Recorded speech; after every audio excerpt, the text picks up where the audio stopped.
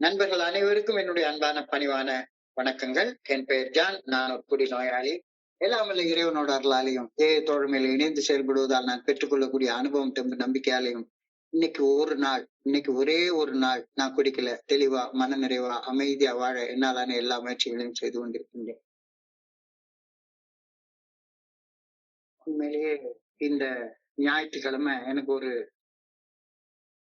மிகப்பெரிய வாய்ப்பை இந்த குழு வழங்கி இருக்குது. சோ இந்த குழுல இருக்கக்கூடிய நண்பர்களுக்கும், இந்த குழுவுக்கு ரெகுலரா வரக்கூடிய நண்பர்களுக்கும் என்னுடைய பணிவான நன்றிகளையும் வணக்கங்களையும் தெரிவித்துக் கொள்றேன். இன்றைக்கு நாம விரிவாக பார்க்க இருக்கிறது 9வது படிநிலை பரிந்துரை. அது போறதுக்கு முன்னால கடந்த 8 வாரங்கள் நாம என்ன செஞ்சோன்றத ஒரு 2 நிமிஷம் சுருக்கமாக பார்த்துட்டு 9வதுக்குள்ளார போவோம். நாம எல்லாரும் குடிநோயாளிகள், ஆல்கஹாலிக்ஸ். உடல் அளவுல நம்மளால கட்டுப்பாட்டோட குடிக்க முடியல, குடிக்கிற அளவை கட்டுப்படுத்த முடியல. மனதளவுல உடல் தடுமாற்றங்களால உருவாகக்கூடிய குடிக்க வேண்டும் என்ற மன வெறியை கட்டுப்படுத்த முடியல. ஸோ மனதளவுல குடிக்கணும் அப்படின்ற வெறி, அதை கட்டுப்படுத்த முடியல. உடம்புல குடிச்சா ஒரு அலர்ஜி உருவாகுது, அந்த அலர்ஜியை கட்டுப்படுத்த முடியல, கட்டுப்பாட்டோட குடிக்க முடியல. ஸோ இதுதான் நோய். இதனை மனமாற 1வது படியில ஒப்புக்கொள்றோம்.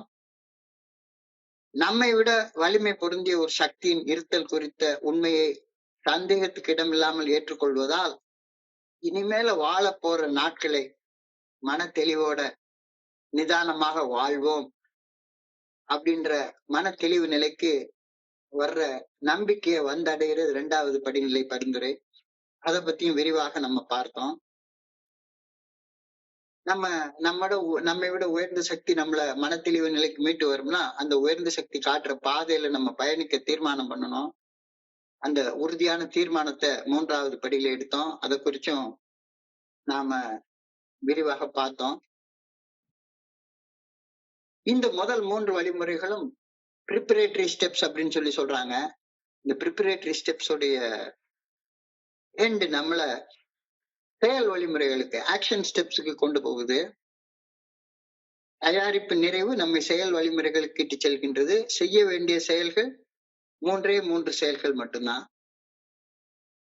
நம்மை விட உயர்ந்த சக்தியின் வழிகாட்டுதலுக்கு எதிராக நாம் செய்த தவறுகளின் உண்மையான தன்மையை கடவுள் சாட்சியாக ஒரு மனுஷன் முன்னால கடவுள்கிட்ட ஒப்புக்கொள்ளும் செயலை 5வது படியில செய்யறோம். இந்த தவறுகளின் உண்மையான தன்மைய ஒப்புக்கொள்றதற்கு முன்னால என்ன தவறு செய்தோம் அப்படின்னு ஆழமாக சிந்தித்து ஒரு விரிவான பட்டியலை 4வது படியில தயாரிச்சு, அந்த தயாரிப்பின் அடிப்படையில 5வது படிநிலை பரிந்துரைப்படி செயல்பட்டோம். 5வது படியில கடவுள்கிட்ட ஒரு சாட்சியாக ஒரு மனுஷனை வச்சு தவறுகளின் உண்மையான தன்மையை ஒப்புக்கொண்டோம். சோ 4-5 படிகள்ல அந்த செயல் நிறைவேற்றுது. 7வது படிநிலையில தவறான வாழ்க்கை வாழ்ந்ததால் விளைந்த குறைபாடுகள் நீங்கும்படி இறைவனை பணிவோட வேண்டினோம். humbly asked him to remove our shortcomings. இது 7வது படிநிலை பரிந்துரையில செய்த செயல். இந்த 7வது படிநிலை பரிந்துரையில செயல்படுவதற்கு 6வது படிநிலையில நம்ம தயார்படுத்திக் கொண்டோம். இறைவன் எங்களின் இந்த குணக்கோளாறுகளை அகற்றுவதற்காக முழு மனதோடு தயாராகி கொண்டு பணிவு என்ற பண்பை வளர்த்து கொண்டு அதற்கு அப்புறமா 7வது படிநிலை பரிந்துரையில குறைபாடுகள் நீக்கும்படி பணிவுடன் வேண்டினோம். போன வாரம் 8வது படிநிலை அதை பார்த்தோம். அந்த 8வது படிநிலை 9வது படிநிலையில செயல்படுவதற்கான தயாரிப்பு.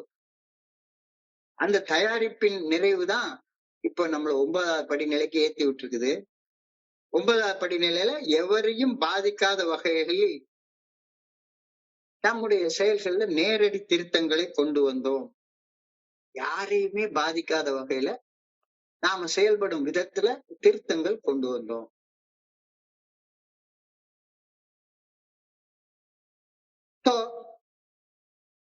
செயல் திருத்தங்கள் கொண்டு வர்றதுக்கு முன்னால எந்தெந்த செயல்களை திருத்திக் கொள்ளணும் அப்படின்னு நம்முடைய கடந்த காலத்துல நாம நடந்து கொண்ட விதத்தை பட்டியல் போட்டு பார்த்து நம்முடைய கடந்த கால தவறான செயல்களால் பாதிக்கப்பட்ட அனைத்து மனிதர்களையும் பட்டியல் போட்டு பார்த்து அவ்வாறு காயப்படுத்திய மனிதர்கள் அந்த காயப்படுத்திய அந்த தவறான செயல்கள் செய்ததை திருத்திக் கொள்றதற்கு 8வது படிநிலை தயார் நிலைக்கு வந்த பின்னர் 9வது படியில இந்த செயலை நாம செய்யறோம். மறுபடியும் நண்பர்கள்ட்ட ஒரு விஷயத்த நான் சொல்ல விரும்புறேன். நான் பிக் புக்க எனக்கு தெரிஞ்ச அளவுல நிறைய தடவை படிச்சுட்டேன். இங்கிலீஷ் புக் படிச்சிருக்கேன், தமிழ் பிக் புக்க படிச்சிருக்கிறேன். இங்க நான் பகிர்ந்து கொள்ள போறது என்னுடைய அனுபவத்தை தான் பகிர்ந்து கொள்ள போறேன். நான் எப்படி 9வது படிநிலை பரிந்துரையில செயல்பட்டேன் அப்படின்ற அனுபவத்தை தான் நான் பகிர்ந்து கொள்ள போறேன். ஸோ ஃபர்ஸ்ட் ஆஃப் ஆல் இந்த அனுபவத்துல 9வது படிநிலை பரிந்துரைய நான் புரிஞ்சு கொள்ற விதத்தை நண்பர்களோட பகிர்ந்து கொள்றேன். 9வது படிநிலை இங்கிலீஷ்ல சொல்றப்ப made direct amends to such people wherever possible except when to do so would injure them or others. Made direct amends to such people. To such people அப்படின்னா யாரு? போன படியில ஒரு பட்டியல் பார்த்தோம். அந்த பட்டியல்ல ஒரு குறிப்பிட்ட சில பேர் எழுதியிருப்போம். நம்ம போட்ட பட்டியல்ல ஒரு ஃபைனைட் நம்பர் ஆஃப் பீப்புள் தானே நம்ம எழுத முடியும். இன்ஃபைனைட் நம்பர் ஆஃப் பீப்புளை எழுத முடியும். ஒரு ஃபைனைட் நம்பரா ஒரு 30 பேரு, 40 பேரு, 50 பேரு, 60 பேரு, 100 பேரு அல்லது 200 பேரு. ரொம்ப எக்ஸாஸ்டிவா பண்ணியிருந்தா 300 பேரு. அதுக்கு மேலயுமா எழுதிட போறோம்? ஆனா இந்த படியில என்ன சொல்லுது? Made direct amends to such people. அந்த பட்டியலில் கண்ட மனிதர்களை போன்ற அனைத்து மனிதர்களுக்கும் வேர் எவர் பாசிபிள், எங்கெங்கு முடியுமோ அங்கெங்கெல்லாம் டைரக்ட் அமெண்ட்ஸ், நேரடியாக பரிகாரங்கள் செய்தோம். அப்படி பரிகாரங்கள் செய்யும் போது, பரிகாரங்கள்ன்றதை விட செயல் திருத்தங்கள் கொண்டு வந்தோம். செயல் திருத்தங்கள் கொண்டு வரும்போது யாருமே நம்முடைய செயல் திருத்தங்களால பாதிக்காது இருப்பதை உறுதி செய்து கொண்டு அதுக்கப்புறமா செயல் திருத்தங்கள் கொண்டு வந்தோம் அப்படின்னு எழுதியிருக்கிறார். சோ நான் இந்த இடத்துல அமெண்ட்மெண்ட்ஸ் அப்படின்னா, அமெண்ட்மெண்ட்ஸ் என்னுடைய செயல்களை திருத்திக் கொள்வது. பரிகாரம் என்பது அமெண்ட்மெண்ட்ஸ் உடைய அடுத்த நிலை. செயல்களை திருத்திக் கொள்ளாம பரிகாரம் பண்றதுல என்ன அர்த்தம் இருக்க முடியும்? சோ அமெண்ட்மெண்ட் அந்த வார்த்தைக்கு நான் புரிஞ்சு கொண்ட அர்த்தம் செயல் திருத்தம். நான் செயல்படுற விதத்துல திருத்தத்தை கொண்டு வந்துட்டேன். எல்லாரையும் காயப்படுத்துற மாதிரி செயல்பட்டு இருந்தேன். இப்ப காயப்படுத்தாத மாதிரி செயல்படுற என்னுடைய செயல்களை மாத்திக்கொண்டேன்.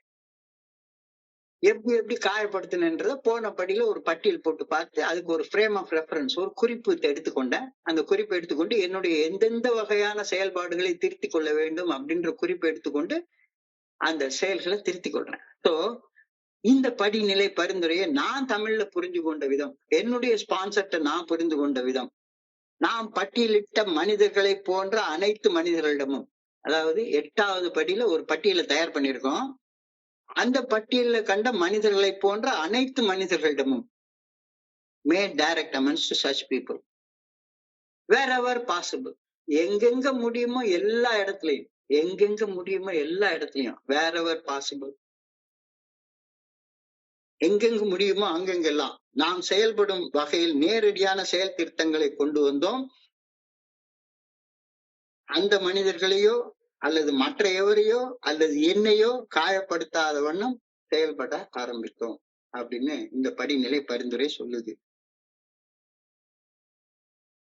8வது படியில போன வாரம் நம்ம பார்க்கிற நேரத்துல நம்ம மனசுக்குள்ளார மன கசப்பையும் வெறுப்பையும் எரிச்சலையும் இல்லாமல் செய்து விடுறதுதான் மன்னிக்கும் செயல் அப்படின்ற ஒரு கருத்தை நம்ம பார்த்தோம். ஒரு மனுஷனை மன்னிச்சாதான் அந்த மனுஷனுடைய பெயரையே பட்டியல் எழுத முடியும். அந்த மனுஷன் மேல வெறுப்பும் மன கசப்பும் வச்சுக்கிட்டு இருந்தேன்னா அந்த மனுஷன் பேரை பட்டியல எழுதி எந்த பிரயோஜனமும் கிடையாது. சென்ற படியில் மனதில் மன கசப்பையும் வெறுப்பையும் இல்லாது இருக்கும் செயலை, மன்னிக்கும் செயலை செய்தோம்.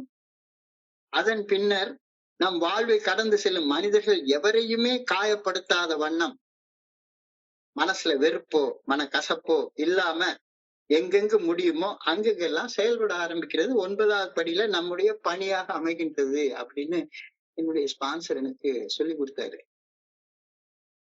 இன்டையர்லி என்ன சார்ந்தது, என்ன சார்ந்தது. நான் செயல்படும் விதத்தில் திருத்தங்கள் கொண்டு வருவது இந்த படியில முக்கியமான பணி. மாற்றம் இல்லாம வளர்ச்சி கிடையாது. நான் செயல்படுற விதத்துல திருத்தங்கள் கொண்டு வருவது. இப்போ அமெண்ட்மெண்ட் அப்படின்ற வார்த்தைக்கு செயல் திருத்தம் அப்படின்ற அர்த்தத்தை நான் பாக்குறேன். பரிகாரம்ன்றது முன்னால, பரிகாரத்துக்கு முந்தின ஸ்டேஜ் அமெண்ட்மெண்ட். பரிகாரம்ன்றது காம்பன்சேஷன், அதுக்கு அடுத்தது. செயல் திருத்தம் கொண்டு வராம காம்பன்சேஷன் பண்றதால எந்த பிரயோஜனமும் கிடையவே கிடையாது. அமெண்ட்மெண்ட்ஸ் இல்லாம காம்பன்சேஷன் பண்றதுல எந்த அர்த்தமுமே கிடையவே கிடையாது. இது ரொம்ப நல்லா எனக்கு புரியுது. ரொம்ப நல்லா புரியுது இந்த படிய வர்ற நேரத்துல. என்னுடைய குருஜி கிட்ட பேசிட்டு இருக்கிற நேரத்துல அவர் அமெண்ட்மெண்ட் என்ற வார்த்தைக்கு ரொம்ப அழகான ஆழமான அர்த்தத்தை சொல்லுவாரு. சப்போஸ் உனக்கு கவர்மெண்ட்ல இருந்து ஒரு 10 லட்சம் ரூபாய் பணம் வர வேண்டிய இருக்குன்னு வைப்போம். 10 லட்சம் ரூபாய் பணம் வர வேண்டிய இருக்கு. அந்த 10 லட்சம் ரூபாய் பணம் வர்றதுக்காக ஒரு அரசு ஆணை போடுறாங்க, ஒரு கவர்மெண்ட் ஆர்டர் போடுறாங்க, ஒரு ஜியோ போடுறாங்க. அந்த ஜியோ போடுறப்ப தவறுதலாக ஒரு ஜீரோவை விட்டுறான். ஆனா உங்களுக்கு வர வேண்டிய பணம் 10 லட்சம் ரூபாய். ஒரு ஜீரோ விட்டு 1 லட்சம் ரூபான்னு பேப்பர்ல இருக்கு. பேங்க்ல கொண்டு போய் கவர்மெண்ட் ஆர்டர் இருக்கு, எனக்கு பில்லு போட்டு 1 லட்சம் ரூபாய் கிரெடிட் பண்ணி கொடுங்க அப்படின்னு சொல்லி கேட்டா பேங்க் மேனேஜர் என்ன சொல்லுவாரு? சார் பாருங்க சார், ஒரு தப்பு திருத்தம் பண்ண வேண்டி இருக்கு. இந்த ஜியோவை போய் அமெண்ட்மெண்ட் பண்ணி வாங்கிட்டு வந்துருங்க, திருத்தி வாங்கிட்டு வந்துருங்க அப்படி சொல்ல மாட்டாரா? அமெண்ட்மெண்ட் என்பது செயல் திருத்தம். செயல் திருத்தம் கொண்டு வராத காம்பன்சேஷனுக்கு எந்த வகையான இதுவும் கிடையாது. எனக்கு ஒரு நெருங்கிய நண்பர் இருந்தாரு, அரசாங்க அதிகாரி. அவருக்கு ஏகப்பட்ட பணம், லஞ்சமாக பணம் வரும். லஞ்ச பணத்தை எல்லாம் வாங்கி வாரத்துக்கு ஒரு தடவை அவருக்கு வாரத்துக்கு உதாரணமா 10 லட்சம் ரூபாய் வாரத்துக்கு பணம், லஞ்ச பணம் வருது அப்படின்னா அதுல 25% பணத்தை எடுத்து ஒரு பண்டிலா கட்டி கையில வச்சுப்பாரு. ஒரு பிளைட்டை பிடிச்சு திருப்பதிக்கு போவாரு. யார்கிட்ட சாமி தரிசனம் அதெல்லாம் ஒண்ணுமே கிடையாது. ஸ்ட்ரெயிட்டாவே கோயில்ல உண்டியல்ல போட்டுட்டு வந்துருவாரு. இல்லாட்டி போனா நேர தூத்துக்குடி பிளைட்டை பிடிப்பாரு. ஒரு கார் நின்றுட்டு இருக்கோம், போய் திருச்செந்தூர்ல போய் 2.5 லட்சம் ரூபாய் தூக்கி உண்டியல்ல போட்டுட்டு வந்துட்டு அவரு பரிகாரம் பண்ணிட்டாராம். பரிகாரம் பண்ணியாச்சு. அதனால திருப்பதி ஏழுமலை வெங்கடேச பெருமாள் இவருக்கு அடுத்த வாரம் இன்னொரு 10 லட்சம் ரூபாய் லஞ்சம் வாங்குறதுக்கு அனுமதி கொடுத்துட்டாரு அப்படின்னு சொல்லி அவரா நினைச்சுப்பாரு.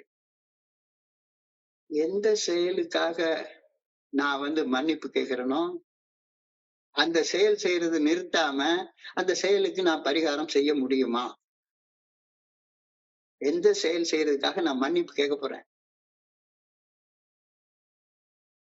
மன்னிப்பு கேட்டதுக்கு அப்புறமாக மறுபடியும் அதே செயலை நான் செஞ்சேன் அப்படின்னு சொன்னா அந்த செயலுக்கு பரிகாரம் பண்றதுல என்ன அர்த்தம் இருக்கு அப்படின்னு சொல்லி அந்த கேள்வியை என்னுடைய குருஜி என்கிட்ட கேட்டப்பதான் செருப்பு அடிச்ச மாதிரி எனக்கு தோணுச்சு. நான் அந்த நண்பர் மாதிரிதான், நான் தான் பரிகாரம் பண்ணிட்டேனே. பரிகாரம் பண்ணிட்டா மறுபடியும் அந்த தப்பு செய்யறதுக்கு கடவுள் எனக்கு அனுமதி கொடுத்துட்டாரு. எப்படிடா கடவுள் அனுமதி கொடுப்பாரு? கடவுள் எப்படி அனுமதி கொடுப்பாரு? அமெண்ட்மெண்ட் என்றால் செயல் திருத்தம். அமெண்ட்மெண்ட் என்றால் செயல் திருத்தம். செயல் திருத்தம் செஞ்சதுக்கு அப்புறம் தான் பரிகாரங்கள் செய்ய. பரிகாரம் என்பது நல்ல செயல்கள், தவறான செயல்களுக்கு இணையான நல்ல செயல்கள்.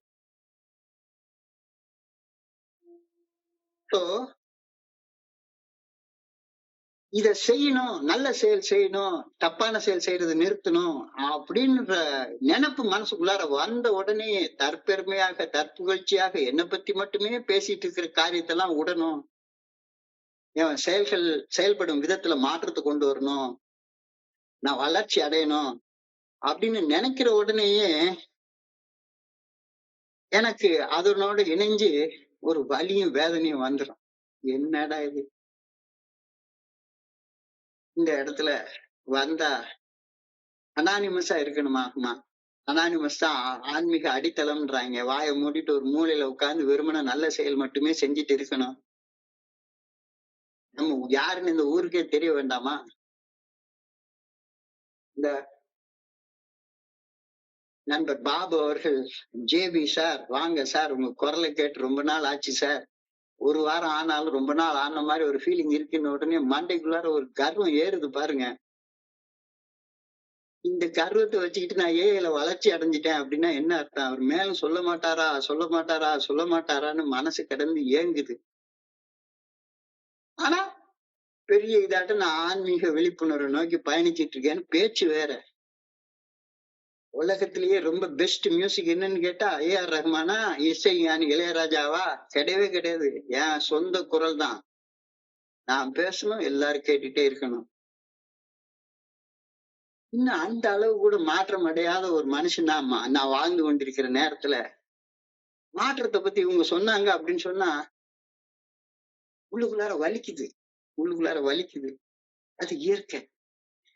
அதனாலதான் இந்த இந்த படிநிலையை பரிந்துரைக்கிற நேரத்துல, கரெக்ட்டா இந்த இடத்துல கொண்டாந்து, வளர்ச்சியின் இந்த காலகட்டத்தில் நாம் வருந்தி உழைத்தால், பாதி தூரம் செல்லும் முன்பே ஆச்சரியப்படுவோம் அப்படின்ற ஒரு வார்த்தையை தமிழ் புக்ல எழுதியிருக்காங்க. ஆனா இங்கிலீஷ் புக்ல எழுதியிருக்காங்க, if you are painstaking at the stage of progress அப்படின்னு சொல்றாங்க.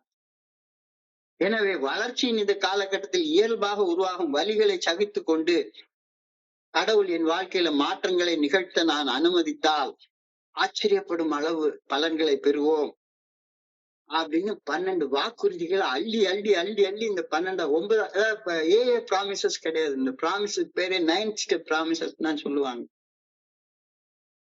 இந்த இடத்துல நீ மாறினா உனக்கு இதெல்லாம் கிடைக்கும்டா அப்படின்னு நம்மள மாறுறதுக்கு ஊக்குவிக்கிறதுக்கு எக்ஸ்ட்ராவகன்ட் ப்ராமிசஸ், மிகைப்படுத்தப்பட்ட வாக்குறுதிகள் அப்படின்னு சொல்லப்பட்டிருக்கிறது. மிகைப்படுத்தப்பட்ட வாக்குறுதிகள் மாதிரி தோணுது.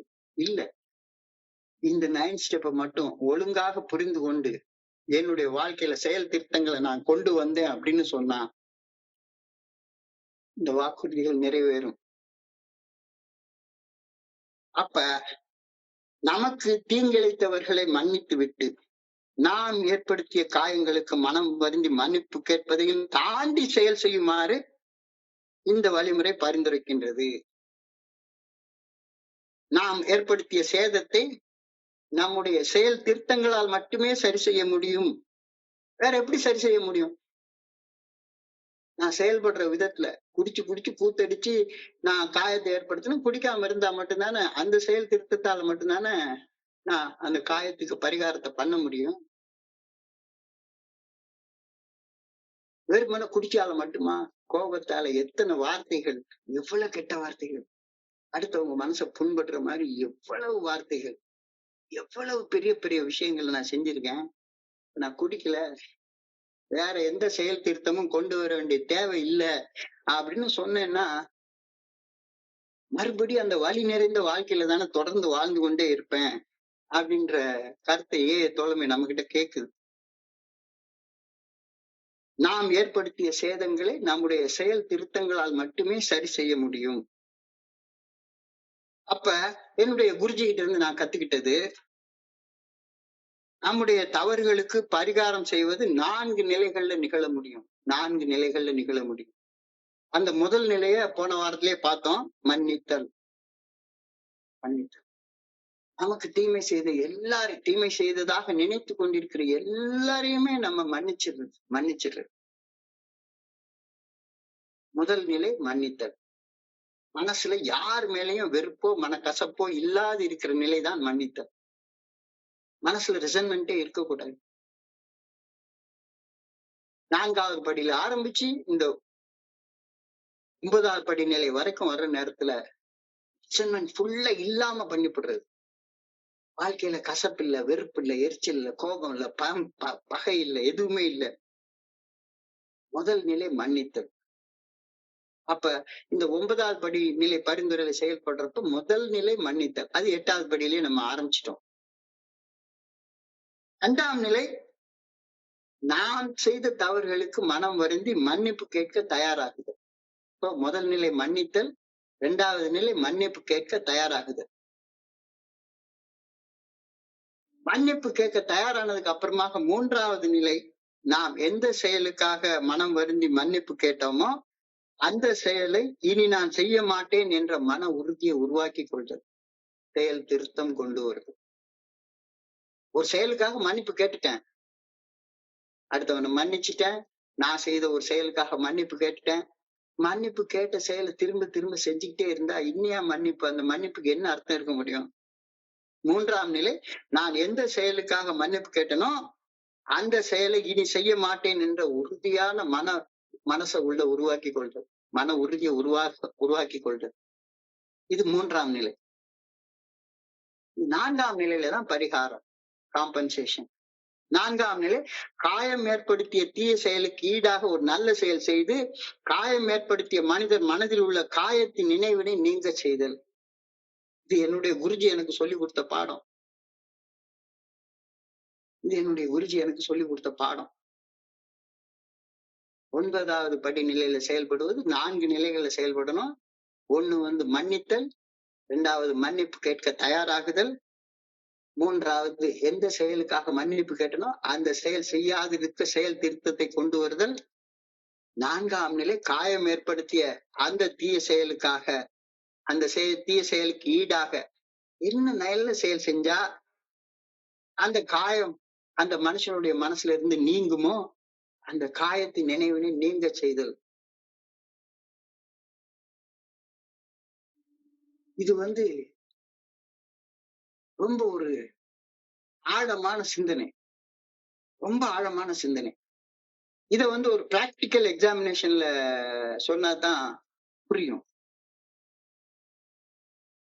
நான் ஏஏ தோழமைக்கு குடிக்காம நிறுத்திட்டேன், குடிக்கிறது நிறுத்திட்டேன். என் மனைவி கொஞ்சம் சந்தோஷப்பட்டாங்க, ரொம்ப சந்தோஷப்பட்டாங்க. குடிக்கிறதுக்கு இந்த ஆளு இப்போ போற அளவுக்கு மீட்டிங் ஒழுங்கா போறாரு, வேலைக்கு போறாரு, எல்லாம் பண்றாரு. ஆனாலும் கூட வெறும் ஒரு 5 ரூபாய் கேட்டு அவங்க மூக்க உடைச்சது, மூஞ்சில ரத்தம் வர்ற அளவுக்கு அடிச்சது, 20 வருஷ காலம் குடிச்சு குடிச்சு குடிச்சு குடிச்சு 10 பைசா சேர்க்காம வச்சிருக்கிற கடனை உருவாக்கி வச்சிருந்த நிலை. இந்த நிலைகள் எல்லாமே எப்படி எப்படி உடனே சரியா போகும்? எப்படி உடனே சரியா போகும்? என் மனைவியை நான் மன்னிச்சுட்டேன். என் மனைவி கிட்ட காலில் விழுந்து மன்னிப்பு கேட்க தயாராயிட்டேன். ஆனாலும் கூட மறுபடியும் மறுபடியும் மறுபடியும் மறுபடியும் வாடி போடி முன்னாடி அப்படின்னு அவங்களுக்கு கெட்ட வார்த்தை போட்டு பேசுறது, 4 பேர் முன்னால மரியாதை இல்லாம நடத்துறது, இந்த செயல்களை தொடர்ந்து செஞ்சிட்டு இருந்தேன் அப்படின்னு சொன்னா அவங்களுக்கு எப்படி ஒரு இது இருக்கும்? அந்த வாழ்க்கையில என்ன ஒரு இது இருக்கும்? சரி, அதை நிறுத்திட்டேன். யார் முன்னாலே அவங்களுக்கு மரியாதை கொடுத்து, அவங்களுக்கு தேவையானது எல்லாத்தையும் செஞ்சு கொடுத்து, அவங்களை என்னுடைய வாழ்க்கை துணைவியாக ஏற்றுக்கொண்டு அவங்களுக்கு கொடுக்க வேண்டிய மரியாதையை கொடுத்துட்டேன். கொடுத்ததுக்கு அப்புறமாகவும் கூட அவங்களுக்கு செய்த காயத்துடைய நினைவு அவங்க மனசை விட்டு போயிருமா என்ன? அவ்வளவு ஈஸியா போயிருமா என்ன? வெறும் ஒரு 5 ரூபாய்க்கு ஆண்டி ராத்திரி முழுக்க சண்டை போட்டு அட்டி பிடிச்சி நீங்க முடிச்ச மாதிரி பேசி மது போதையில அரக்கத்தனமா மிருகத்தனமாக நடந்து கொண்ட அந்த நினைவுகள் எல்லாம் போயிடுமா என்ன? இங்கதான் 4ஆம் நிலையை பத்தி சொல்றாங்க. மிக உயர்ந்த உன்னத நிலையை என்னுடைய குருஜி எனக்கு சொல்லி கொடுத்தாரு. காயம் ஏற்படுத்திய தீய செயலுக்கு ஈடாக ஒரு நல்ல செயல் செய்து காயம் ஏற்படுத்திய மனிதர் மனதில் உள்ள காயத்தின் நினைவினை நீங்க செய்தல். உள்ள வடு மாதிரி ஒரு வடு இருக்கு. அந்த வடுவை நீங்கிறதுக்கு என்ன செய்ய? அது எந்த பைபிள்லயும் எழுதியிருக்காது, எந்த குரான்ல எழுதியிருக்காது, எந்த பகவத்கீதையில எழுதியிருக்காது, பிக் புக்லயும் எழுதியிருக்காது. என்ன நல்ல செயல் செய்தால் நீ காயம் ஏற்படுத்திய மனிதர் மனதுக்கு ஏற்படுத்திய வடு, அந்த வடுவின் நினைவு போகும். அது உனக்கு மட்டும்தான் தெரியும்.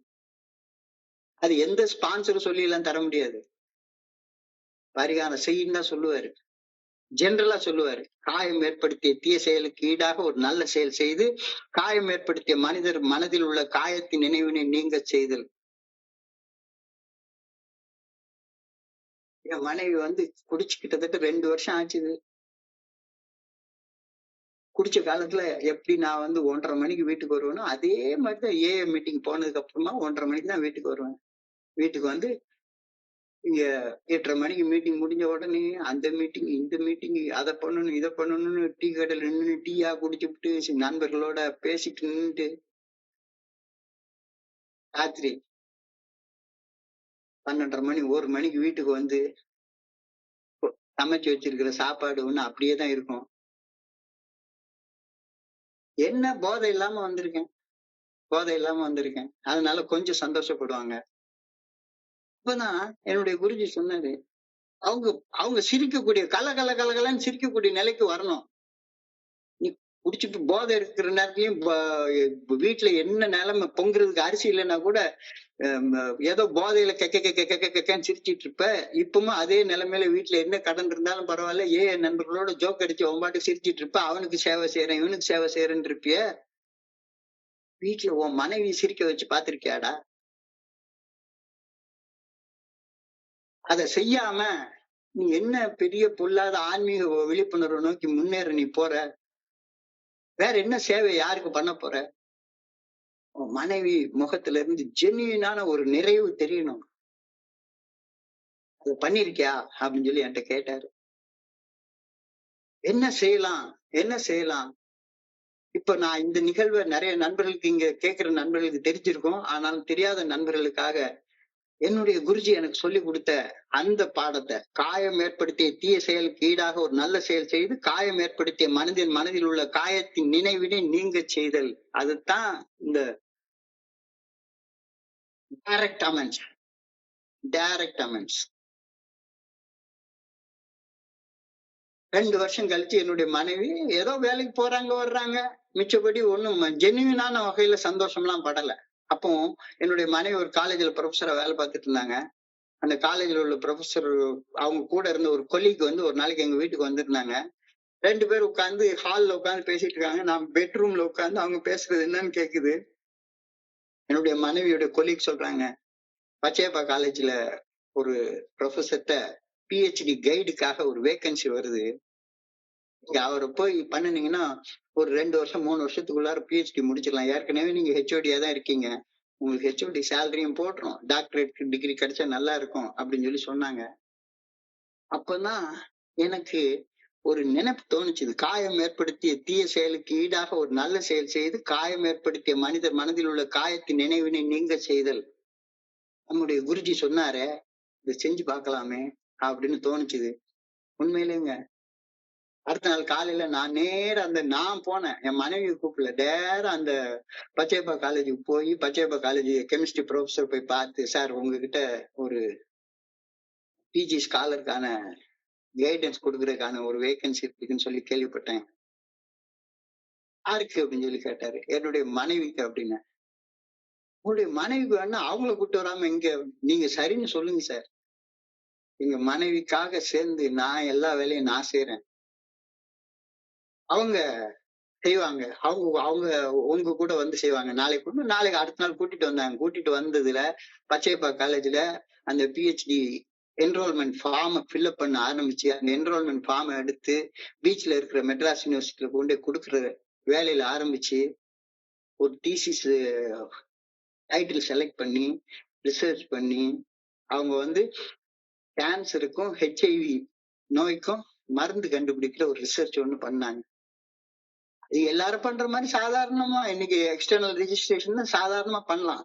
ஆனா அந்த ரிசர்ச்சை கூட ரொம்ப சீரியஸாக இந்தியில இருக்கக்கூடிய கிங் இன்ஸ்டிடியூட்ல ஹெச்ஐவி கிருமிகளையும் கேன்சர் கிருமிகளையும் விலைக்கு வாங்கி ஐஐடி மெட்ராஸ்ல கொண்டு போய் அங்க கெமிக்கல் இன்ஜினியரிங் டிபார்ட்மெண்ட்ல அதுக்கு என்னென்ன மருந்து கொடுத்தா இந்த கிருமிகள் வந்து சாகும், கிருமிகள் சாகும்போது உடல்ல இருக்கக்கூடிய வேற உயிர் செல்கள் சாகாம வெறுமனே அந்த கிருமியை மட்டும் எந்த மருந்து சாகடிக்கும் அப்படின்ற ரிசர்ச்ச 4 வருஷம் பண்ணணும். 4 வருஷம் சாதாரணமான வருஷம் இல்ல, 4 வருஷம் பண்ணணும்.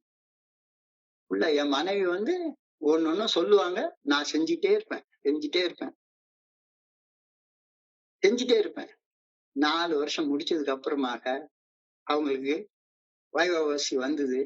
7 ஜேர்னல்ல அவங்களுடைய ரிசர்ச் பேப்பர்ஸ் எல்லாம் பப்ளிஷ் பண்ணி அது இன்டர்நேஷனல் ஜேர்னல்ல அக்செப்ட் ஆனதுக்கு அப்புறம் தான் அவங்க வைவாவுக்கு கூப்பிடுவாங்க. வைவாவுக்கு கூப்பிட்டு வைவாவுக்கு வந்து சாதாரணமா எக்ஸ்டர்னல் ரெஜிஸ்ட்ரேஷனா இந்த கோரம்ன்ற சொல்லுவாங்க, மினிமம் கோரம். ஒரு 7 பிஹெச்டி இப்ப இருந்துட்டு 7 பிஹெச்டி இருந்துட்டு நாம்கே வாஸ்தி ஒரு 5 நிமிஷம் பண்ணுனா போதும்.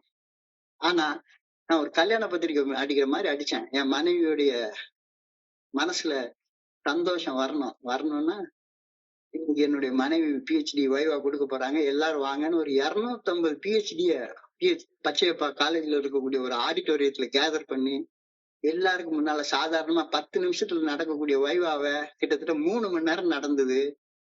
3 மணி நேரம் நடந்த உடனே கிட்டத்தட்ட ஒரு 3 பஸ் ஏற்பாடு பண்ணி ஒரு 5 ஸ்டார் ஹோட்டலுக்கு போய் எல்லாருக்கும் ஒரு லஞ்ச், ஒண்ணு பெரிய லஞ்ச் ஏற்பாடு பண்ணி அவங்க கையில அந்த டிகிரியை வாங்கி கொடுத்தப்ப சத்தியமா எல்லாரும் முன்னாலையும் என்கிட்ட என்னை ஆசீர்வாதம் பண்ணுங்க, எனக்கு ஒரு நல்ல புருஷன் கிடைச்சிருக்கான் அப்படின்னு சொல்லி சொன்னாங்க.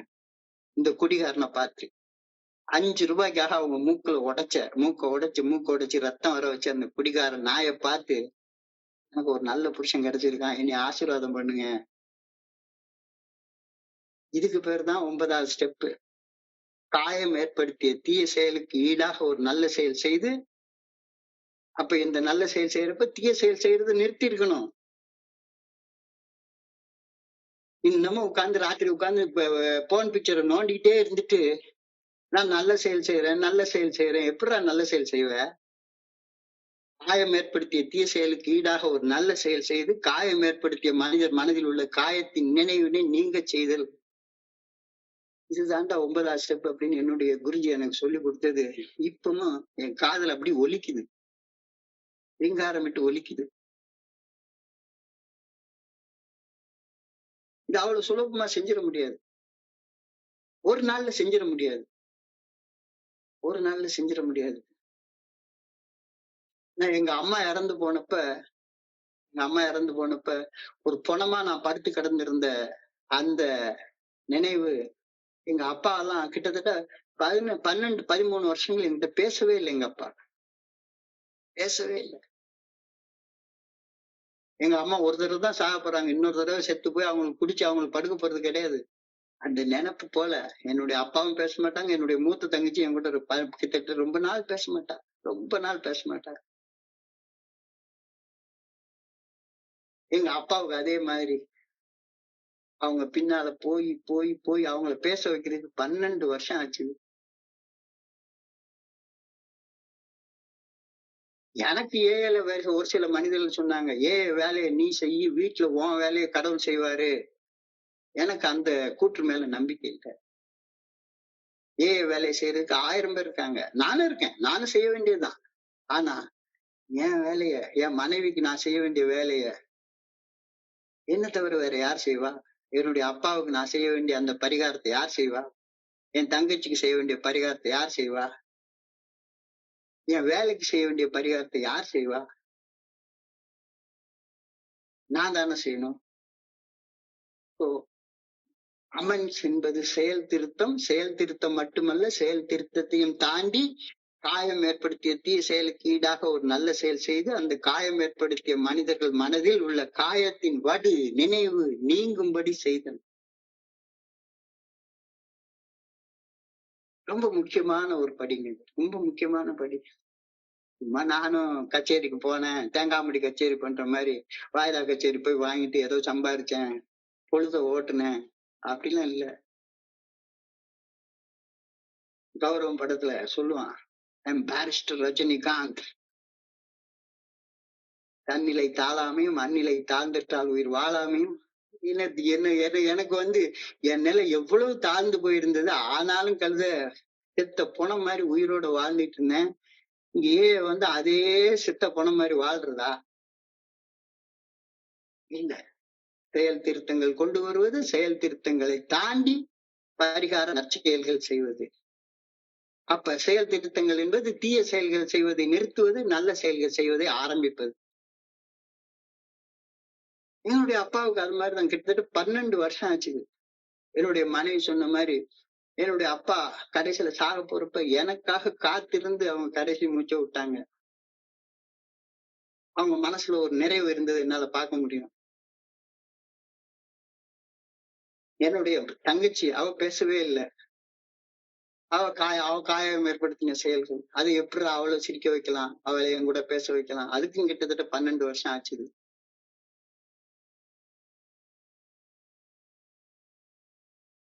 அவளுக்குன்னு ஒரு பெரிய ஒரு வேலைய செஞ்சு குடுத்தேன். அதுக்கும் கிட்டத்தட்ட 2, 3 வருஷம் ஆச்சு. 2, 3 வருஷம் ஆனதுக்கப்புறம் மெல்ல, மெல்ல, மெல்ல, மெல்ல பேச ஆரம்பிச்சு, இந்த இன்னைக்கு காலையில கூட ஆஸ்திரேலியால இருக்கா. எப்ப வேணாலும் சரிதான். என் கூட பொறந்த அண்ணன் வந்து இப்ப இன்னும் பழைய குடிநோயாளி இல்ல. குடிகாரன் இல்ல. கேவலப்பட்ட மனுஷன் இல்ல. அவனால இன்னைக்கு சமுதாயத்துல நெறைய பேர் நல்ல வாழ்க்கை வாழ்றாங்க. நானும் நல்ல வாழ்க்கை வாழ்றேன். அப்படின்ற ஒரு நெனப்ப இந்த ஏஏ ஃபெல்லோஷிப் உடைய இந்த 12 படிகள் அடங்கிய மீட்படையும் செயல் திட்டம், அதிலும் குறிப்பாக இந்த 9வது படிநிலை பரிந்துரை செய்ய வச்சது. என்னுடைய சக மனிதர்கள் எல்லாரையும் காயப்படுத்துவது என்னுடைய தீய ஒழுக்கமாக இருந்தது. இந்த தீய ஒழுக்கத்தை திருத்தி என் சக மனிதர்கள் அனைவருக்கும் ஏதாவது ஒரு நல்ல செயலை பரிகாரமாக எங்கெங்கு முடியுமோ அங்கெங்கெல்லாம் செய்வது இந்த படியில் சொல்லப்படும் பரிந்துரை. இதை புரிஞ்சு கொள்றதற்கு ஒரு காமன் சென்ஸ் வேணும். ஒரு சாதாரண காமன் சென்ஸ் வேணும்.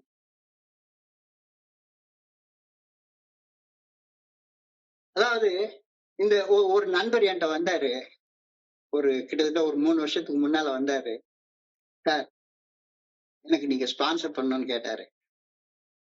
சரி, ஸ்பான்சர் பண்ணிட்டா போச்சு. என்னன்னு கேட்டேன். எனக்கு பழைய ஒரு ஸ்பான்சர் இருந்தாரு. அந்த ஸ்பான்சர் எனக்கு பிடிக்கல. அவர் சொன்ன நகைச்சுவையான ஒரு வார்த்தை. என்னுடைய பழைய ஸ்பான்சரை நான் டைவர்ஸ் பண்ணிட்டேன். அவர்கிட்ட முறிவு வாங்கிட்டேன். அவரும் நீ போடா எங்கிட்டாச்சும் அப்படின்னு சொல்லி என்னை விரட்டி விட்டாரு. அவர்கிட்ட நான் வந்து இந்த 8வது படி வரைக்கும் நான் ஸ்டெப் ஒர்க் பண்ணிட்டேன். இப்போ 9வது படி பண்ணணும் அப்படின்னு சொன்னேன். சரி வாங்க, நாளைக்கு வாங்க அப்படின்னா. உண்மையிலே நம்ப மாட்டீங்க, ஒரு ட்ராலி பேக் நிறைய ஒரு நோட்டை தூக்கிட்டு வந்தாரு. என்னங்க உள்ள பார்த்தா ஒரு 15 நோட்டு இருக்குது. பெரிய பெரிய நோட்டு. ஒரு 1வது படியில இருந்து 8வது படி வரைக்கும் எழுதியிருக்காரு. இவருக்கும் அவருக்கும் போன ஜென்மத்துல பகை இருந்திருக்குமோ என்னமோ தெரியல. கையை ஒடிச்சிருக்காரு. அந்த அளவு எழுத வச்சிருக்காரு. எழுதி எழுதி எழுதி எழுதி அதுல அவர் 8வது படி லிஸ்ட காட்டினாரு. 8வது படி லிஸ்ட காட்டின உடனே அந்த லிஸ்ட்ல கிட்டத்தட்ட 200 பேர் இருக்கு. அவ்வளவு நுணுக்கமாக துல்லியமாக பண்ணிருக்காரு. சார், இதுல வந்து நான் ஒரே ஒரு பேரை மட்டும் டிக் அடிச்சுட்டேன், அமெண்ட்ஸ் பண்ணிட்டேன், மன்னிப்பு கேட்டுட்டேன். இனிமே எல்லாருக்கும் நான் எப்படி பண்ணணும்? இப்ப நண்பர் நீலவிநாயகன் கொஞ்சம் முன்னால சொன்ன மாதிரி ஸ்பான்சர் இல்லாம பரிகாரம் பண்ணக்கூடாது. ஸ்பான்சர்ட்ட கேட்டுதான் பரிகாரம் பண்ணணும்னு ஏஐல சொல்றாங்க. அதனால இந்த 200 பேருக்கு நான் எப்படி பரிகாரம் பண்றதுன்னு எனக்கு சொல்லித்தாங்க அப்படின்னாரு. உடனே நான் என்ன சொன்னேன், இங்க பாருப்பா, 200 பேரை நீ எழுதி இருக்கிறது ஒரு ஃப்ரேம் ஆஃப் ரெஃபரன்ஸ், ஒரு குறிப்பு. உன்னுடைய எந்த எந்த செயல் உன்னுடைய சக மனிதனை காயப்படுத்தி இருக்கிறது அப்படின்ற குறிப்பு. இந்த குறிப்பை வச்சிருந்ததுக்கு அப்புறமா நீ ஒரு மனுஷனை காயப்படுத்தின செயலை எந்த மனுஷனுக்கும் செய்யாதங்கிறது தானே அதுக்கு தீர்வு. இந்த ஒரு ஒரு ஒரு செயல், ஒரு குறிப்பிட்ட உன்னுடைய ஒரு குறிப்பிட்ட செயல், ஒரு கெட்ட வார்த்தை பேசுற செயலை எடுத்துக்கொள்வோம், அல்லது நீ பான் பிக்சர் பாக்குற செயலை எடுத்துக்கொள்வோம், அல்லது லஞ்சம் வாங்குற செயலை எடுத்துக்கொள்வோம். இது உன்னுடைய சக மனிதர்களை காயப்படுத்துது அப்படின்றத தெரிஞ்சுக்கிட்ட அப்படின்னு சொன்னா அந்த செயல் செய்யறதை நிறுத்த சொல்லிதானே இந்த இது சொல்லுது. செயல் திருத்தத்தை கொண்டு வரத்தானே சொல்லுது. என்னுடைய சக மனிதர்களை காயப்படுத்துவது என தீய ஒழுக்கமாக இருந்தது. இந்த தீய ஒழுக்கத்தை திருத்தி என் சக மனிதர்கள் அனைவருக்கும் ஏதோ ஒரு நல்ல செயலை பரிகாரமாக எங்கெங்கு முடியுமோ அங்கெங்கெல்லாம் செய்வது இந்த படியில் சொல்லப்படும் பரிந்துரை அப்படின்னு நான் சொன்னேன். என்ன சொல்றீங்க, எனக்கு புரியல அப்படின்னு சொல்லி கேட்டாரு. உதாரணத்துக்கு ஒண்ணு சொல்றேனே, ஒரு ஆட்டோக்காரர்கிட்ட எனக்கு நல்ல ஞாபகம் குடிச்சிட்டு இருந்த காலகட்டங்கள்ல ஒரு ஆட்டோக்காரர் சென்னை எக்மோர்ல வந்து காலங்காத்தால வந்து இறங்குறேன். சென்னை எக்மோர்ல இருந்து சேப்பாக்கத்துக்கு ஆட்டோ போகணும். ஆட்டோ கேக்குறேங்க. ஆட்டோ வந்து கொஞ்சம் கூட மரியாதை இல்லாம லுங்கிய கட்டிட்டு ஒரு மாதிரி பண்ணிட்டு பீடிய குடிச்சிட்டு அந்த ஆள் வந்து ஆட்டோ போகணும்னு கேக்குறேன். எவ்வளவு வேணும்னு சொல்லி கேட்டா, உடனே அந்த ஆள் சொன்னாரு, நம்ம நார்மலாக ஆகுறது மாதிரி ஒரு 10 மடங்கு காசு கேக்குறாரு. 10 மடங்கு காசு கேக்குறாரு. ஒண்ணு என்னப்பா கேக்குற ஒன்னொன்னே ஒரு வார்த்தை சொன்னான். காலங்காத்தால வந்துட்டான் நாட்டுப்புறத்தான் சாவுகிறாக்கி எங்கிருந்தோ வந்துட்டான். அப்படின்னு 2 கெட்ட வார்த்தையை போட்டு என்னைய சொன்ன உடனே வந்துச்சுது பாருங்க கோபம். உடனே பின்னால போனேன். ஆட்டோ நம்பரை மட்டும் நோட் பண்ணேன். என் பாட்டுக்கு போய் நான் என் வேலையை காட்டிட்டேன். அந்த ஆள் எத்தனை இடத்துக்கு அலைஞ்சிருப்பாரு, என்ன பண்ணிருப்பாரு எல்லாம் எனக்கு தெரியும். தூரத்துல இருந்து பார்த்துட்டே இருக்கேன். இல்ல தெரியவே தெரியாது. அடுத்தவங்களை அடிக்கிறதுன்னா மாடி எங்க அடிச்சா வலிக்கும் அப்படின்றது நல்லா தெரியும். இது மாதிரியான ஒரு புத்தி பிடிச்ச ஒரு ஆளு. இது என்னுடைய அடுத்தவங்களை காயப்படுத்துறது என்னுடைய தீய ஒழுக்கம். அவன் என்னை காயப்படுத்தினா திருப்பி காயப்படுத்தணும். அதானே முறை. அவன் என்னை கெட்ட வார்த்தை பேசினா நான் திருப்பி கெட்ட வார்த்தை பேச மாட்டேன். அவனை எங்க அடிக்கணும், அடிச்சா வலிக்குமோ அங்க அடிச்சு வலியை உண்டாக்கிடுவேன். இது என்னுடைய பழக்கமாக இருந்தது. இந்த தீய ஒழுக்கத்தை திருத்தி என் சக மனிதர்கள் எல்லாருக்கும் ஏதாவது ஒரு நல்ல செயலை பரிகாரமாக முடியுதோ அதை செய்யறது அப்படின்னு கேட்டா, அந்த ஆட்டோக்காரர் எங்க இருக்காருன்னு எனக்கு தெரியாத. ஆனா இப்பமும் காலங்காத்தால மெட்ராஸ்ல இருந்து இப்ப திருநெல்வேலி வந்து இறங்குறேன். திருநெல்வேலியில இருந்து எங்க வீடு வந்து 5 கிலோமீட்டர் தூரத்துல இருக்குது. காலையில வந்து 6 மணிக்கு வந்து எந்த டாக்ஸிக்காரர் ஆட்டோக்காரர்கிட்ட கேட்டாலும் சரிதான் எல்லாரும் அதேதான் சொல்லுவாங்க. ஆனா இப்பெல்லாம் நான் என்ன பண்ணுவேன், ஆட்டோக்காரர்கிட்ட கேட்கறதே கிடையாது. சாந்தி நகர் போகணும், ஏறுங்க சார், பேசுறதே கிடையாது, ஏறிடுவேன். போற வழியில ஏன்பா சரவண பவன் வருது, நிறுத்து, காலையில ஒரு காஃபி சாப்பிட்டு போவோம், இந்தா நீ ஒரு காஃபி சாப்பிட்டு அப்படின்னு சொல்லி அந்த மனுஷன்ட்ட ஒரு காஃபி வாங்கி கொடுக்குற நேரத்துல வீட்டுக்கு போய் இறங்கி நின்னா, எவ்வளவுப்பா வேணும் சார், நீங்க பார்த்து கொடுக்கறத கொடுங்க சார். இல்லப்பா நீ என்ன சொல்றியோ அதை நான் கொடுக்குறேன் அப்படின்னா ஒரு நியாயமான வாடகையை கேட்டு வாங்கிட்டு போறாரு. நான் மாறினா உலகமே மாறுது. நான் மாறினா உலகமே மாறுது. நான் எடுத்த உடனே பேரம் பேசி அப்படி பண்ற நேரத்துல உலகம் அது போக்குல அது பாட்டுக்கு போயிட்டே இருக்கு. எல்லாரும் நல்லவங்க தான். நான் கெட்டவனா இருக்கிறதுனால எல்லாரும் கெட்டவங்களா தெரிறாங்க. அப்போ நான் வந்து என்னுடைய சுபாவம் அடுத்தவங்களை காயப்படுத்துறதாக இருக்குது. என்னுடைய சுபாவம் அடுத்தவங்களை காயப்படுத்துறதாக இருக்குது. அந்த சுபாவத்தை 8வது படியில கண்டுபிடிச்சுக்கிட்டேன். ஒரு பட்டியல் போட்டு பாக்குறேன். அந்த பட்டியலை கிழிச்சு தூர போடு. அதான் இந்த படியில சொல்றாங்க, made direct amends to such people. நான் பட்டியலிட்ட மனிதர்களை போன்ற அனைத்து மனிதர்களிடமும் எங்கெங்கு முடியுமோ அங்கெங்கெல்லாம் நான் செயல்படும் விதத்தில் நேரடியாக செயல் திட்டங்களை கொண்டு வந்தேன். அந்த மனிதர்களையோ அல்லது மற்ற எந்த மனிதரையோ யாரையுமோ காயப்படுத்தாத வண்ணம் செயல்பட்டேன். Made direct amends to such people wherever possible except to do so didn't get them out of this. எவரையுமே சின்ன காயங்கள் கூட படுத்தாம செயல்பட கத்துக்கோ. செயல் திருத்தங்களை கொண்டு வந்துக்கோ. அமெண்ட்மெண்ட் என்றால் செயல் திருத்தம், செயல் திருத்தம், செயல் திருத்தம், செயல் திருத்தம். பரிகாரம்ன்றது அதுக்கு அடுத்த நிலை. செயல் திருத்தம் கொண்டு வராத பரிகாரங்கள் 10 பைசாவுக்கு பிரயோஜனப்படாத விஷயங்கள். நீ செயல்படுற விதத்துல மாத்திக்கோ அப்படின்னு நான் சொல்லுது.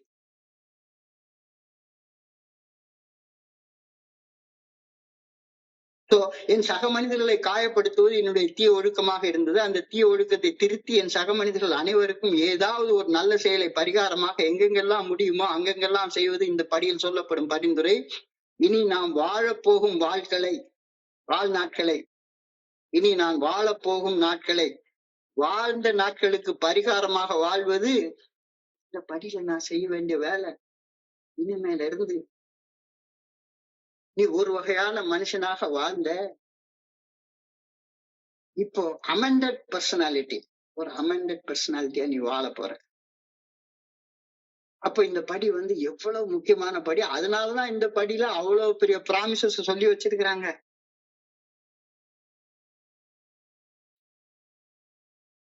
தவறான செயல்களுக்கு மன்னிப்பு கேட்பதை வெறும் வார்த்தையால கேட்காத, தவறான செயல்களுக்கு மன்னிப்பு கேட்பதை வெறும் வெற்று வார்த்தையால கேட்காத, நீ கேட்கும் மன்னிப்பை உன்னுடைய வாழ்க்கையால வாழ்ந்து காட்டி மன்னிப்பு கேள் அப்படின்னு இந்த வழிமுறை பரிந்துரைக்கின்றது. சாதாரண வழிமுறை இல்லைங்க. சாதாரண வழிமுறை இல்ல. நான் வேலை பார்த்துட்டு இருந்த காலத்துல நான் கவர்மெண்ட்ல வேலை பார்க்கிறவங்க எல்லாம் கவர்மெண்ட்ல வேலை பார்க்கறவங்களுக்கு தெரியும். கவர்மெண்ட்ல வேலை செஞ்சா வேலைக்கு அளவே இருக்காது. அவ்வளவு வேலை இருக்கும். எக்கச்சக்கமான வேலை இருக்கும். ஆனா குடிகாரத்துல வேலை செய்யலைன்னா எவனும் மேல கேட்க மாட்டான். கவர்மெண்ட்ல ஒரு பழமொழி உண்டு. வேலை செய்யறவனுக்கு வேலையை கொடு, வேலை செய்யாதவனுக்கு சம்பளத்தை கொடு அப்படிம்பாங்க. எனக்கு வேலையை எவனுமே கொடுக்க மாட்டான். சம்பளத்தை மட்டும் தான் கொடுப்பான். அப்போ வெறுமனே வெத்து சம்பளம் வாங்கிட்டு ரொம்ப வருஷ காலங்கள் குடிச்சிட்டு அலைஞ்சிட்டே இருந்தேன். அப்ப கவர்மெண்ட்டுக்கு நான் ஒரு அமெண்ட்மெண்ட் பண்ணணும். என்ன பண்ணணும்? காலையில 10 மணிக்கு ஆபீஸா 10 மணிக்கு சீட்ல உட்காரு. 6 மணிக்கு முடிக்கணுமா? அன்னைக்கு என்ன வேலை இருக்கோ முடிக்காம அந்த சீட்டை விட்டு எழும்பாத. இதுதான் செயல் திருத்தம். இதுதான் செயல் திருத்தம். இந்த செயல் திருத்தத்தை கொண்டு வா. எனக்கு வெட்டிக்கு சம்பளம் கொடுத்த அரசாங்கத்துக்கு நான் செய்யக்கூடிய செயல் திருத்தம் பரிகாரம் அதுதான். ஒவ்வொரு நாளும் அன்னைக்கு நாள் வேலை முடிக்காம நான் கிளம்பவே மாட்டேன். இது சொல்லி கொடுத்த வாழ்க்கை முறை எனக்கு. தவறான செயல்களுக்கு மன்னிப்பு கேட்பதை வெறும் வெற்று வார்த்தையால கேட்காதே, நீ கேட்கும் மன்னிப்பை உன்னுடைய வாழ்க்கையால வாழ்ந்து காட்டி மன்னிப்பு கேள் என்று இந்த வழிமுறை பரிந்துரைக்கின்றது. நான் செய்த தவறை திருத்திக் கொள்ளும் வரை, நான் செய்த தவறை திருத்திக் கொள்ளும் வரை, அமன் செய்யும் வரை, அந்த தவறு செய்த நினைவு என்ன ஒரு அடிக்டா மட்டும்தான் வச்சிருக்கோம். செயல் அடிமையா உட்கார்ந்துட்டு நான் எங்க வேலை செய்யணுமோ அங்க வேலை செய்யறதை விட்டுவிட்டு வேற எங்கேயோ வேற இல்லாம ஒரு அடிக்டா உட்கார்ந்து வேலை செஞ்சுட்டே உட்கார்ந்துருப்பேன். ஒரு செயல் அடிமையாக முடக்கி வைத்திருக்குமே தவிர இந்த உலகம் அதுவாட்டுக்கு அதோடைய போக்குல போயிட்டே இருக்கும். போயிட்டே இருக்கும். ரொம்ப ரொம்ப ஆழமாக சிந்திக்க வேண்டிய படி இந்த 9வது படி. அவர்களை திருத்திக் கொண்டு பரிகார வாழ்க்கை வாழும் வரை அடிக்ஷன்ல இருந்து உன்னால மீண்டு வர முடியவே முடியாது.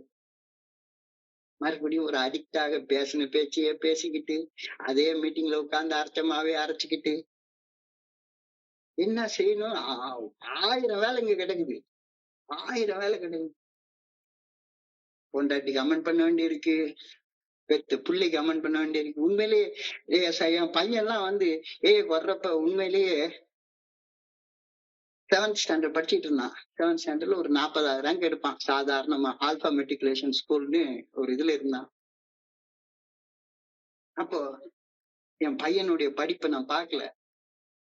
அப்போ என் பையனுக்கு செய்ய வேண்டிய செயல் திருத்தங்கள் என்ன இருக்கு? அவன் என்ன படிக்கிறான், அவனுக்கு என்ன தேவை, அதை கவனிக்கிறது. அவன் 10th வர நேரத்துல அவனை டார்கெட் ஐஐடி அப்படின்ற ஒரு இதுல சேர்த்தேன். வெஸ்ட் மாம்பலத்துல ஐஐடி ரிட்டையர்ட் ப்ரொஃபஸர் ஒருத்தர் நடத்தின அனுகிரகா கிளாஸஸ்ல கொண்டு போய் சேர்த்தேன். என்னுடைய கொஞ்சம் சக்தி கொஞ்சம் மீறின கிளாஸ் தான், ஆனாலும் கொண்டு போய் சேர்த்தேன். உண்மையிலேயே அவன் +2 படிக்கிறப்ப 1200க்கு 1170 மார்க், 30 மார்க் விட்டுட்டு வேற எல்லா மார்க்கும் எடுத்துட்டான். கவர்னர் மாளிகைக்கு ஏத்த மாதிரி இருக்கிற காலேஜ் ஆஃப் இன்ஜினியரிங் கிண்டியில அவனுக்கு ஒரு சீட்டு கிடைக்கிற நேரத்துல என்னுடைய செயல் திருத்தங்கள் செய்த அந்த விளைவுகளை என்னால பார்க்க முடிஞ்சது. அமெண்ட்மெண்ட் கொண்டு வா. நீ செயல்படுற விதத்துல கொண்டு வா. காலையில எழும்பி சாயங்காலம் முடிக்கிற வரைக்கும் சக மனிதர்களுக்கு என்ன செய்ய முடியும், என்ன செய்ய முடியும், என்ன செய்ய முடியும். அந்த சக மனிதர்கள் முதல்ல வீட்டுல இருந்து ஆரம்பி.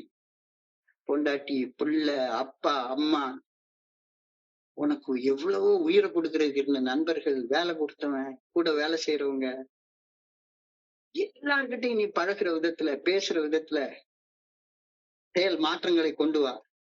இல்லாட்டி போனா மறுபடியும் மீட்டிங் வர்றதுக்கே அடிக்ட் ஆகி போயிடுவ. மீட்டிங் வர்றதுக்கே அடிக்ட் ஆகி போயிடுவ. அடிக்ஷன் உன்னைய மறுபடியும் கஷ்டப்பட மட்டும்தான் வைக்கும். அவர்களை திருத்தி பரிகார வாழ்க்கை வாழும் வரை you will be addicted to something or other. இந்த உண்மையை இந்த 9வது படியில புரிஞ்சுக்கோ. உண்மையிலே ரியல் ஃப்ரீடம் ரியல் ஃப்ரீடம் எந்த இந்த 9வது படியில வருது. எவரையும் எங்கும் எந்த விதத்திலும் காயப்படுத்தாத வண்ணம் நம் செயல்களை திருத்திக் கொள்வதுதான் இந்த நான் வாழ்ந்த வாழ்க்கைக்கு செய்யக்கூடிய பரிகாரம். பொண்டாட்டிக்கு செய், அப்பாவுக்கு செய், அம்மாவுக்கு செய். எங்க அம்மா இறந்து போயிட்டாங்க. என்னை சோபரை பார்க்கவே இல்லை. எங்க அம்மா மாதிரி கிட்டத்தட்ட எனக்கு ரிட்டையர்மெண்ட் ஆகி 2015 வர்ற நேரத்துல 2016 எங்க அம்மா இறந்து 25வது வருஷம் நினைவு நாள் வந்தது. 25வது வருஷம் நினைவு நாளுக்கு எங்க அம்மா மாதிரி உள்ள 1000 பேருக்கு அவங்க மனசு குளிர்ற மாதிரி ஏதாச்சும் ஒரு செயல் செய், நல்ல செயல் செய். மேல இருந்து அவங்க பார்த்துட்டு இருப்பாங்க.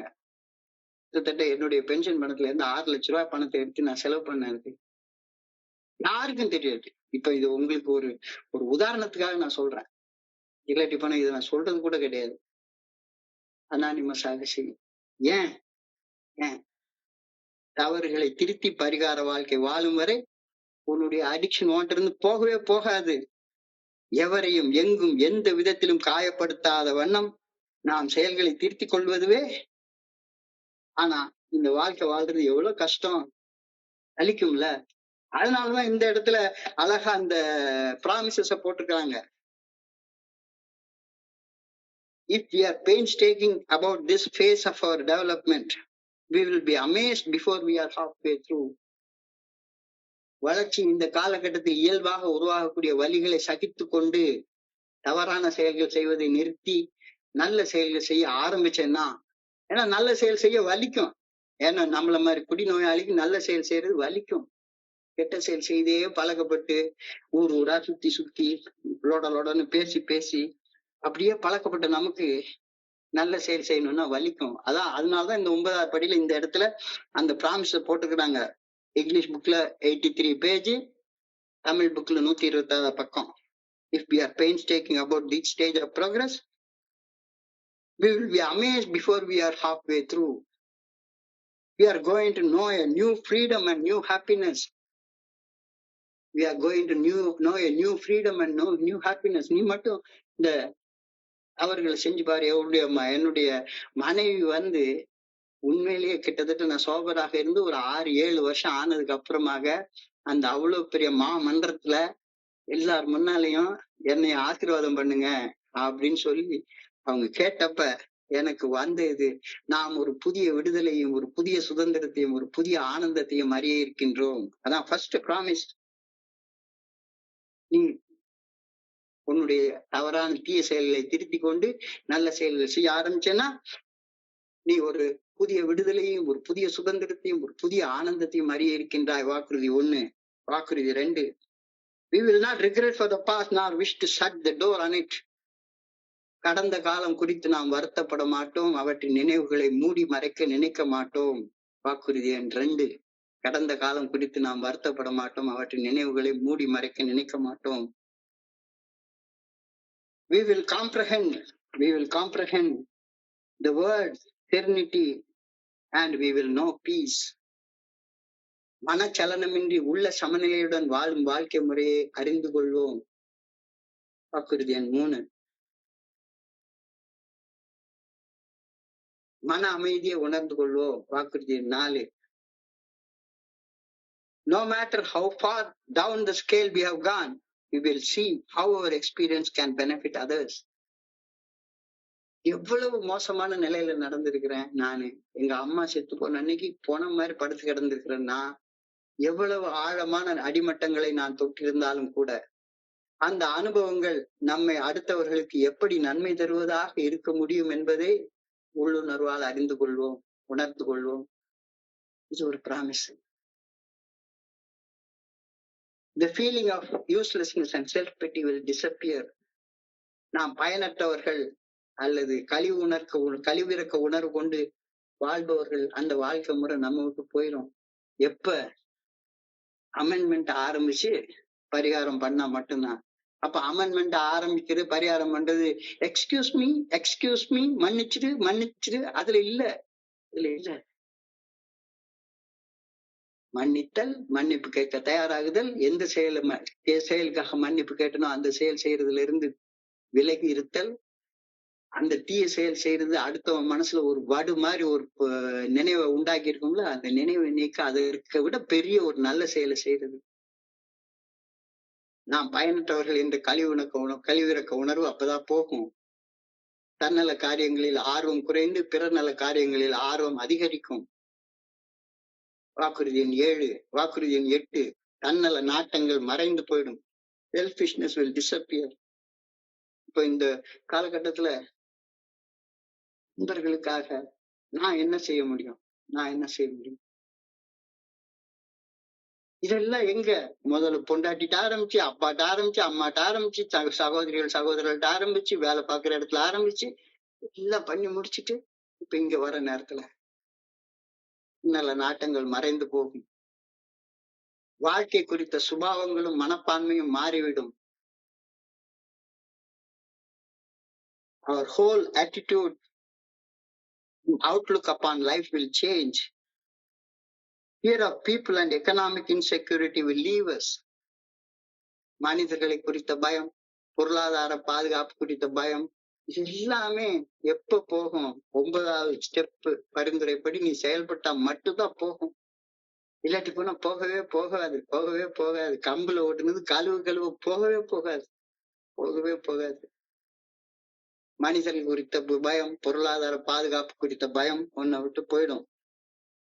We will intuitively know how to handle situations which used to baffle us. முன்பு நம்மை திகைக்க வைத்த நிலைமைகளை இப்பொழுது எப்படி கையாள்வது என்பதை அசால்ட்டா தெரிஞ்சுப்போம். இப்ப எந்த நிலைமையை என்னை திகைக்க வைக்கிறதே கிடையவே கிடையாது. ஒரு காலத்துல சாதாரண சின்ன பயம் வந்து என்னைய அப்படியே முடக்கி போட்டுரும்.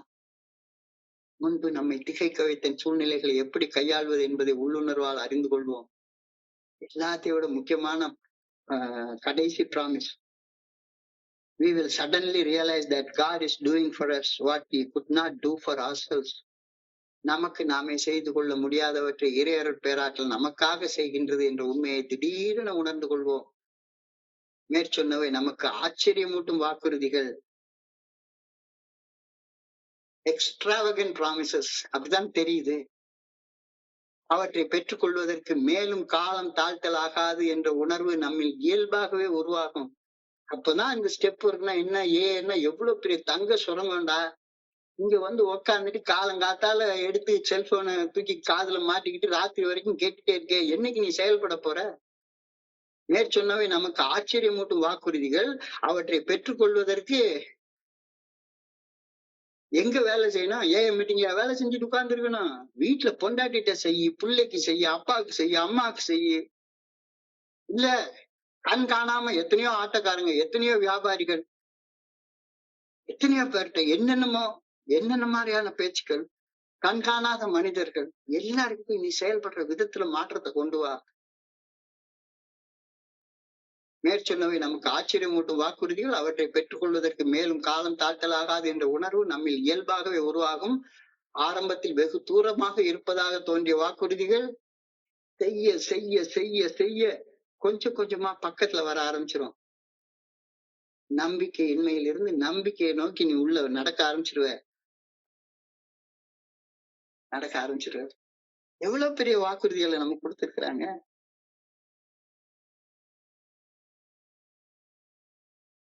நான் வருந்துகிறேன், நான் மன்னிப்பு கேட்கிறேன் அப்படின்னு ஒரு வார்த்தையை சொல்ற.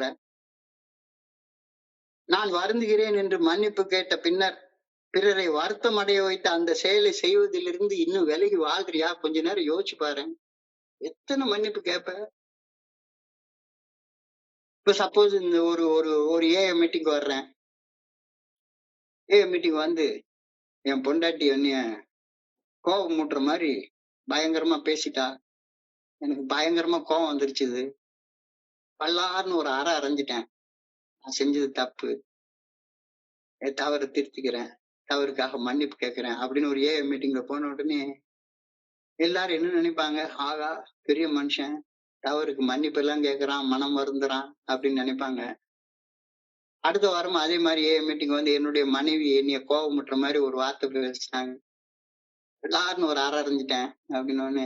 என்னடா இது, போன வாரமா அதையே சொன்னான், இந்த வாரமா அதையே சொல்றான். சரி, குடி நோயாளி போல் இருக்கு, கொஞ்சம் அப்படித்தான் இருப்பான் அப்படின்னு கொஞ்ச நேரம் பண்ணிப்பாங்க. 3வது வாரம் வந்து மனைவி என்னுடைய கோபமூட்டுற மாதிரி பேசினாங்க. பலார்னோனையோ, இங்க இருக்கிறவங்களாம் என்ன பைத்தியக்காரனா? வாரம் வர்ற, மனைவி கோபமூட்டுற மாதிரி பேசுறாங்கன்னு சொல்ற, அடிச்சிட்டேன் சொல்ற, எத்தனை வாரம் இப்படி பண்ணிட்டே இருப்ப? கேட்க மாட்டாங்களா? அவங்க கேட்க மாட்டாங்க. எவ்வளவு தடவை கேட்டாலும் சரிதான். மெம்பர்கள் வந்து அவ்வளவு மெக்னானிமஸ். ஆனா எனக்கு ஒரு ஒரு ரோஷம், ஒரு சொரணம் வேண்டாம். என்னடா இது? 25 வருஷ காலமாக போன் பிக்சர் பாக்குறதுல இருந்து விடுபடணும் விடுபடணும் விடுபடணும் விடுபடணும் விடுபடணும் விடுபடணும்னு சொல்லிக்கிட்டே இருக்கிற விடுபட்ட பாட்டை காணோம். வெக்கமா இல்ல உனக்கு அப்படின்னு நினைக்க மாட்டாங்களா? இன்னைக்கு அந்த வெக்கம் வர வேண்டாமா? என்னால விடுபட முடியும்ன்ற நம்பிக்கை இந்த 9வது படி நிலைக்கு வந்ததுக்கு அப்புறம் வரலன்னா, செயல் வழிமுறைகளுடைய இறுதி நிலை இதுதான். அடுத்தவங்களை காயம் ஏற்படுத்துற மாதிரி செயல்பட மாட்டேன். அவ்வளவுதான். சிம்பிளான ஒரு இது. இன்னமும் வந்து அடுத்தவங்களை காயம் ஏற்படுத்துற மாதிரி செயல்பட்டுட்டே இருந்து, இதெல்லாம் நான் எந்த பிக் புக்ல போய் தேடி பார்த்தாலும் கிடைக்காது. இந்த வார்த்தைகள் எல்லாம் எங்க பார்த்தாலும் கிடைக்காது. இதெல்லாம் அனுபவத்தின் மூலமாக மட்டும்தான் கிடைக்குது. நான் வருந்துகிறேன் என்று மன்னிப்பு கேட்ட பின்னர் பிறரை வருத்தம் அடைய வைத்த அந்த செயல்களை செய்வதிலிருந்து விலகி வாழ நான் கற்றுக்கொண்டு விட்டேனா? என் சக மனிதர்களை காயப்படுத்திய ஒரு செயல் செய்தது உருவாக்கிய நினைவு அவர்களில் இருந்து நீங்குவதற்கு நான் செய்யக்கூடிய ஒரு நல்ல செயல், அதை பத்தி யோசிக்கிறேனா? இந்த ரெண்டையும் யோசிச்சு பாருங்களேன். இந்த செயல் செய்ததுக்கு நான் வருந்துறேன், மன்னிப்பு கேட்கிறேன் அப்படின்னு ஒரு செயல், ஒரு ஒரு செயலுக்கு மன்னிப்பு கேட்டதுக்கு அப்புறமாக திரும்பியும் அதே செயலை செஞ்சுட்டு உட்கார்ந்துருக்கேனா? என் சக மனிதர்களை ஒரு எவ்வளவோ நாளைக்கு அப்புறம் எத்தனையோ ஃப்ரெண்ட்ஷிப் இழந்திருப்போம். என் சக மனிதர்களை மிகவும் காயப்படுத்தி ஒரு செயல் செய்தது உருவாக்கிய நினைவு அவர்களில் இருந்து நீங்குவதற்கு நான் செய்ய வேண்டிய ஒரு நல்ல செயல் என்ன அப்படின்றத குறிச்சு யோசிச்சு பார்க்க என்னால முடியுதா? இதுதான் 9வது படியில செய்யக்கூடிய 2 செயல். இதை மட்டும் செஞ்சு பாருங்க. நான் வருந்துகிறேன் என்று மன்னிப்பு கேட்ட பின்னர் பிறரை வருத்தம் அடைய வைத்த அந்த செயல்கள் செய்வதிலிருந்து விலகி வாழ கற்றுக்கொண்டு விட்டேனா? முதல் செயல். என் சக மனிதர்களை மிகவும் காயப்படுத்தி ஒரு செயல் செய்தது உருவாக்கிய நினைவு அவர்களில் இருந்து நீங்குவதற்கு நான் செய்ய வேண்டிய ஒரு நல்ல செயல் என்ன அப்படின்னு எனக்கு என்ன தோணுது? அதை பத்தி யோசிச்சா பாக்குறேன்னா? எல்லா எல்லா ஸ்டெப்புக்கும் ஒரு பிரார்த்தனை இருக்குது. 9வது படிநிலை பரிந்துரைக்கும் ஒரு பிரார்த்தனை இருக்குது. அன்பான இறைவா, நான் என் சக மனிதர்களுக்கு காயம் ஏற்படுத்தும் வகையில் செயல் செய்ததை திருத்திக் கொள்ள எனக்கு உதவி அருளும். முடியல. ஆண்டவா எனக்கு உதவி செய். நான் என் சக மனிதர்களுக்கு காயம் ஏற்படுத்தும் வகையில் செயல் செய்ததை திருத்திக் கொள்ள எனக்கு உதவி அருளும். எங்கெங்கு முடியுமோ அங்கெங்கெல்லாம் வேறெவர் பாசிபிள், எங்கெங்கு முடியுமோ அங்கெங்கெல்லாம் செயல் திருத்தம் கொண்டு வருகையில் எவரையும் காயப்படுத்தாமல் செயல்படும் பக்குவத்தை எனக்கு அளித்தருளும். என்னுடைய எஞ்சிய வாழ்நாட்களை நான் இதுவரையில் வாழ்ந்த வாழ்க்கைக்கு பரிகாரமாக வாழும் மனப்பக்குவத்தை எனக்கு அளித்தருளும். நன்றி இறைவா, நன்றி இறைவா. இந்த 9வது படிநிலை பிரார்த்தனை இன்னொரு தடவை சொல்லி நிறைவு செய்து கொள்றேன். அன்பான இறைவா, நான் என் சக மனிதர்களுக்கு காயம் ஏற்படுத்தும் வகையில் செயல் செய்ததை திருத்திக் கொள்ள எனக்கு உதவி அருளும். எங்கெங்கு முடியுமோ அங்கெங்கெல்லாம் செயல் திருத்தங்கள் கொண்டு வருகையில் எவரையும் காயப்படுத்தாமல் செயல்படும் மனப்பக்குவத்தை எனக்கு அளித்தருளும். என் எஞ்சிய வாழ்நாட்களை நான் இதுவரையில் வாழ்ந்த வாழ்க்கைக்கு பரிகாரமாக வாழக்கூடிய மனப்பக்குவத்தை எனக்கு அளித்தருளும். நன்றி இறைவா, நன்றி இறைவா, நன்றி இறைவா. எனக்கு இந்த பகிர்ந்து கொள்ள இந்த வாய்ப்பு கொடுத்த குழுவிற்கு, பொறுமையாக கேட்ட ஒவ்வொரு நண்பருக்கும் என்னுடைய பணிவான நன்றிகளை தெரிவித்துக் கொள்றேன். இந்த இரவு பொழுது நண்பர்களுக்கு இனிமையான இரவாக அமைய இறைவனை பணிவோட வேண்டிக் கொள்கின்றேன். நன்றி, நன்றி, நன்றி, நன்றி, நன்றி. வாழ்க வையகம், வாழ்க வளமுடன். Thank you very much, thank you very much. Over to you Babu. Thank you.